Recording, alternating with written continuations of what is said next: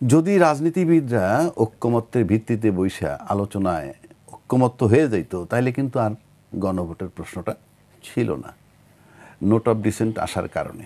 এক, দুই হচ্ছে যদি এই পদ্ধতিতে থাকতো, সবাই একমত হইতো, গণভোট না হইতো, তাইলে প্রশ্ন থাকতো গিয়ে পার্লামেন্টকে রেটিফাই করার।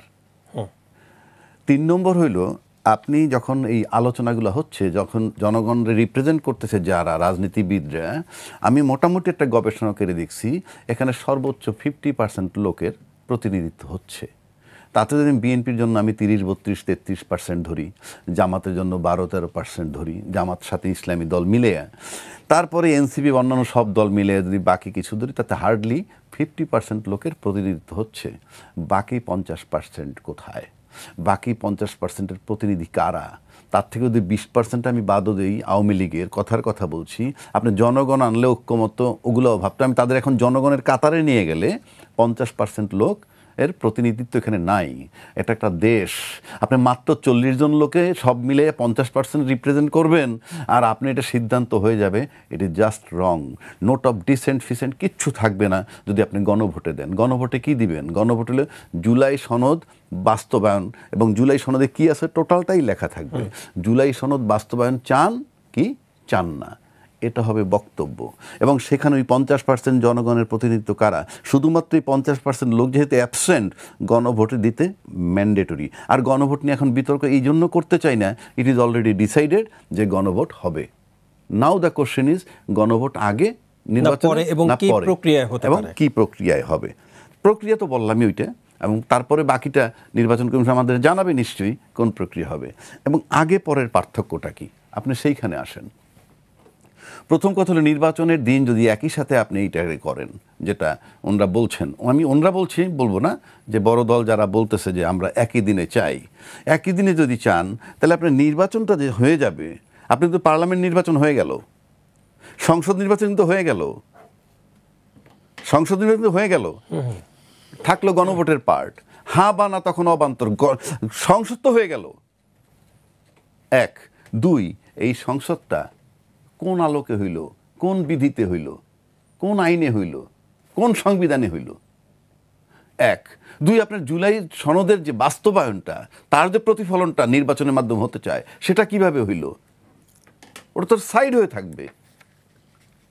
আর আপনি সংবিধানের কথা যদি বলেন, সংবিধান যেটা আমাদের আছে, যে নির্বাচনটা তো দিচ্ছে অন্তর্বর্তীকালীন সরকার, অন্তর্বর্তীকালীন সরকার ডাইরেকশন দিচ্ছে নির্বাচনের জন্য, সে তো ওই সংবিধানের ভিতরে নাই, সংবিধানের বাইরে চলে গেছে। সে তো সংবিধানের বাইরে, মূল সংবিধানের বাইরে, সে তো অন্তর্বর্তীকালীন সরকার। ওই সংবিধান তো অন্তর্বর্তীকালীন সরকার নাই। এক, দুই, ওই সংবিধান যদি আপনি ধরতে যান তাহলে তো সংসদ ভাঙার 90 দিনের মধ্যে নির্বাচন করার কথা। তারপরে কি কারো অধিকার আছে যে 26 ফেব্রুয়ারিতে নির্বাচন দিবেন? সংবিধান সেটা বলে। সে কারণে বলছি, আপনি জুলাই গণভোটটা যদি আগে করেন এবং তার ভিত্তিতে যখন আপনি নির্বাচন করবেন, এটা টোটাল বৈধতা পাবে, পরিষ্কার, কোনো সন্দেহ নাই। এবং আপনি তখন নির্বাচন করতেছেন জুলাই সনদের ভিত্তিতে। এইখানে হলো পার্থক্যটা। সুতরাং সে কারণে আপনি যদি একই দিনে করেন, ওই গণভোট ওটা কোনো মূল্যই থাকবে না, কারণ আপনার সংসদ নির্বাচন হয়ে গেল, সেটাকে আপনি বাতিল করতে পারবেন না। বাতিল করার কথা আমি বলছিও না, কিন্তু আমরা যখন ঐক্যমত্য হইলামই, তখন আগে করলে সমস্যাটা কোথায়? এক, দুই, আরেকটা প্রশ্ন আনে, আরেকটা কথা আছে, 427 জন লোক বিএনপির মারা গেল জুলাই আন্দোলনে, তাদের মহাসচিব বলছেন এই দেশটা, আমার এই যে ইন্টারনাল অ্যারেঞ্জমেন্ট যেটা আমরা করতে যাচ্ছি, এটার সাথে পৃথিবীর কোনো রাজনীতির সম্পর্ক নাই, এর টোটালটা আমাদের দেশের। টোটালটা যখন আমার দেশের হয়, এত বিরোধিতা কেন হবে? কেন? কারণটা কি? কারণ আপনি সংবিধান দিয়ে আপনি আমাকে রুল করতে পারবেন না, জনগণকে সংবিধান চাপায়ে দিয়ে আপনি রুল করতে পারবেন না। জনগণের ইচ্ছায় সংবিধান প্রতিদিন হবে প্রয়োজনে, দ্যাট ইজ ল। আমি আমার বাসার আইন চেঞ্জ করি প্রতিদিন, আমি আমার অফিসের আইন চেঞ্জ করি প্রতিদিন, মেমোরেন্ডাম অফ আর্টিকেল কোম্পানি তার আইন চেঞ্জ করে প্রতিদিন। চলমান প্রক্রিয়া, জনগণের ডিমান্ডের উপরে এই যে একটা ব্লেম বুলশিট, মানুষকে ধোকা দেওয়া। এক, দুই হচ্ছে 427টা লোক আপনাদের মারা গেল, আপনাদের গায়ে লাগে না? পুরনো বন্দোবস্ত চেঞ্জ করতে হবে না? অফকোর্স করতে হবে। এখন আসেন, একটা কথা বারবার বলে, সংবিধানের উপরে স্থান দিব না। আরেকটা ভেগ টার্ম আমি আপনাকে বলছি। যেমন ধরেন, আমার এই শার্টে একটা পকেট আছে, এখন এই পকেটটাকে আমি খুলে ফেললাম যে আমার পকেটটা ভালো লাগে না, তাহলে কি আপনি পকেটওয়ালা শার্ট বলবেন এইটাকে? আর পকেটবিহীন শার্ট বলবেন। যে কোনো আইনে যখনই আপনি পরিবর্তন আনবেন, একটা অনুচ্ছেদে পরিবর্তন আনলেন যে আগে ছিল 3 বছরের জেল, এখন সেটাকে বাড়াইয়া একটা আইনে করলাম 7 বছরের জেল, তাহলে আগের আইনটা থাকে?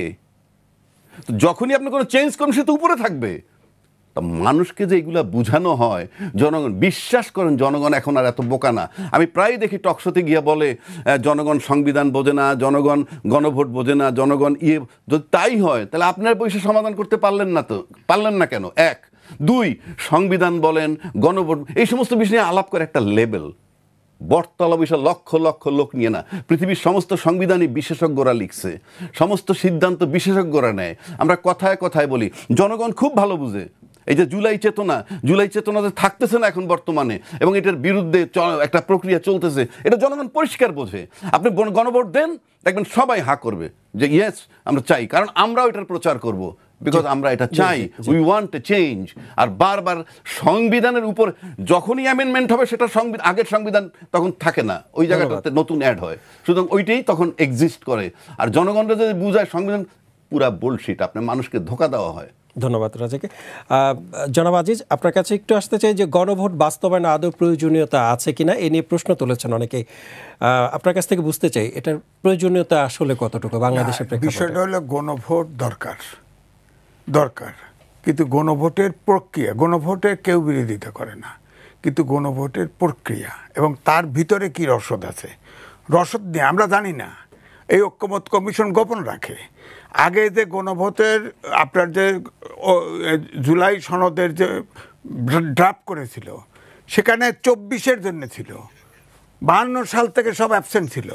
পরে এটা সংশোধন করে একবার আমরা দেখছি, এক নজর ওয়েবসাইটে দিয়েছিল যে 52 সাল থেকে ওগুলো সব যুক্ত আছে।